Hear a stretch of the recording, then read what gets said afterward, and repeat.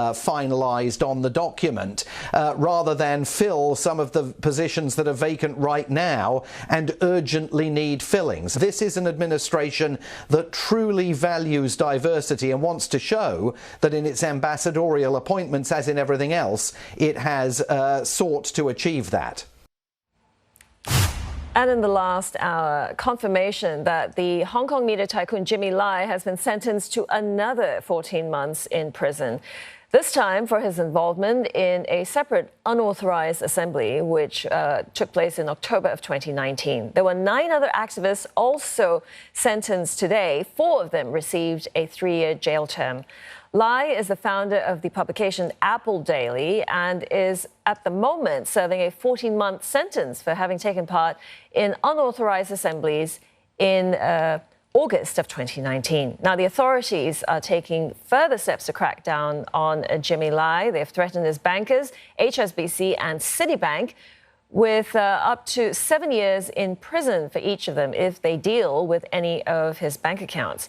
This follows the freezing of his majority stake in the publisher Next Digital and the local bank accounts of 3 other companies he owns.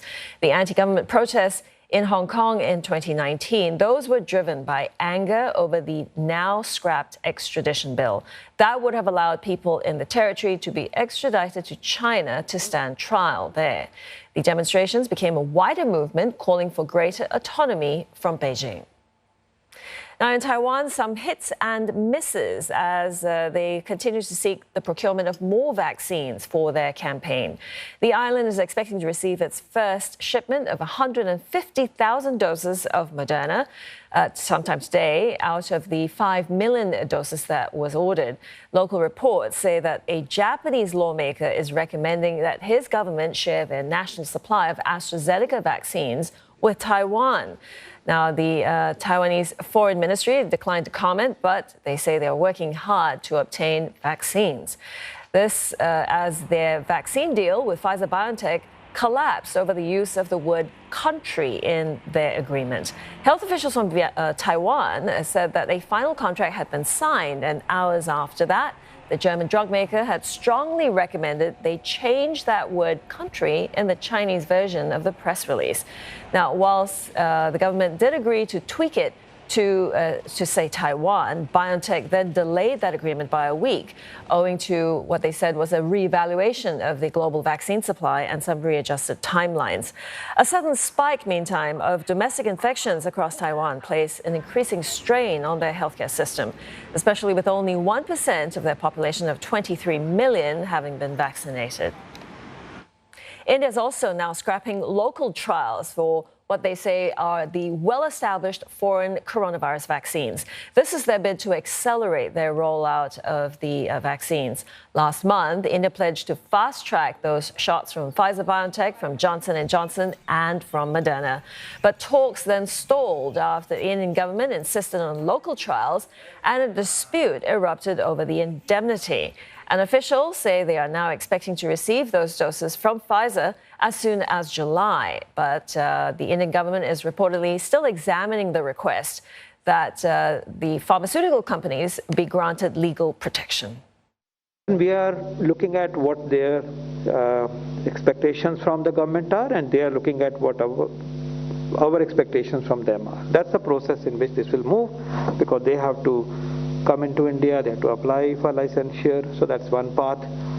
And there are imperatives of cold chain and supply, etc., so that's being looked at.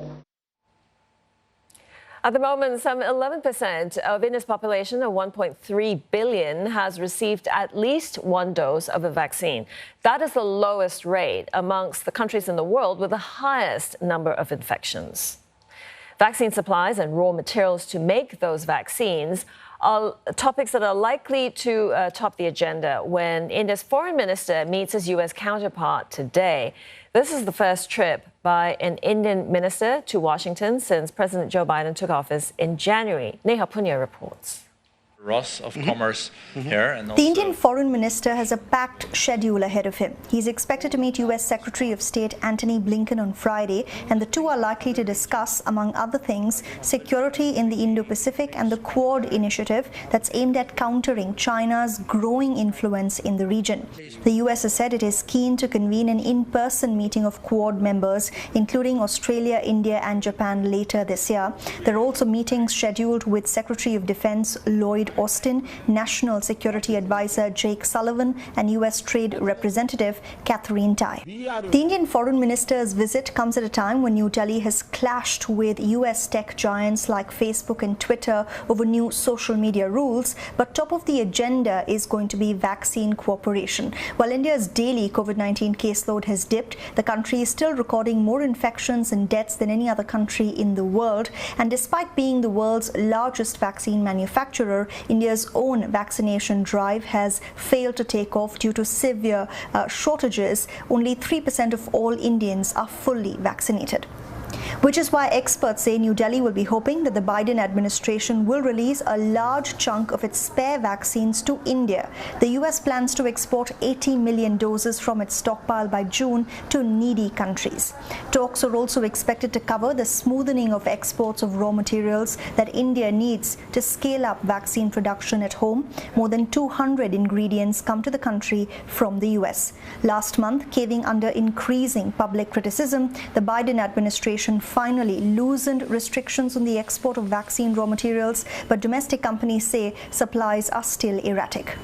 Reports suggest that the Indian Foreign Minister might also hold a meeting with Pfizer representatives. India's emergency authorization to that vaccine has been pending because of the US drug maker's insistence that its company get legal protection in the event of any adverse reactions from its vaccine. Neha Punia, CNA, New Delhi. Henry Yin is back with your Asia Business Update after this. JD Logistics delivering a sparkling IPO in Hong Kong today, surging at the start of its first day in trade. And Singapore authorities are cracking down on a social media platform for having carried out an offensive poll.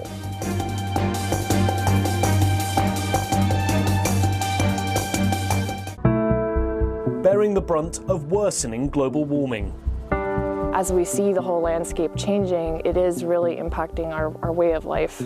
Can we reduce our carbon footprint to fight climate change? We're doing our bit to not rely so much on the coal-fired power stations to power what we do in our house. Are the steps we're taking really enough? CNA correspondent fighting climate change. Tonight on CNA. Every day, the financial world goes through dramatic rise and falls. We'll track the biggest market movers and show you where the opportunities lie. Get the experts' take on the performance of key indices. Plus all the analysis to help you understand forces driving global economies. The daily business news you need. Only on CNA. This segment is brought to you by Xeon Corporation. This Saturday, could rising inflation derail the post-pandemic economic recovery? Those parts of the market that are more overvalued could easily get hit. Relooking China's growth model as its population ages. Chinese babies are not growing into industrial workers in the future. Plus, how to be a part of the blockchain boom. Saturday on CNA. In 1977, we took air travel to a whole new level when it comes to exclusivity. 4 Singaporeans go back in time to search for more answers from Singapore's past. What was the experience on the Concorde like? The pilots can actually see the curvature of the Earth. Oh, wow. Yeah.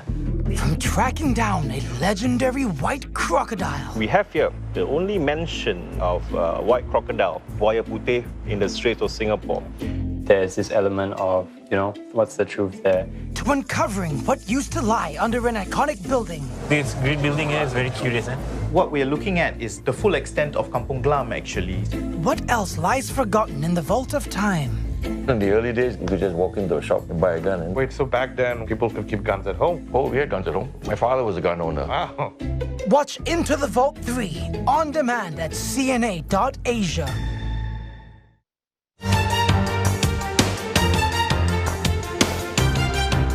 Welcome back in business. Investors liking the Hong Kong market debut of JD.com's delivery arm, and shares of JD Logistics surging more than 17% at one point, and now it's up around 11%.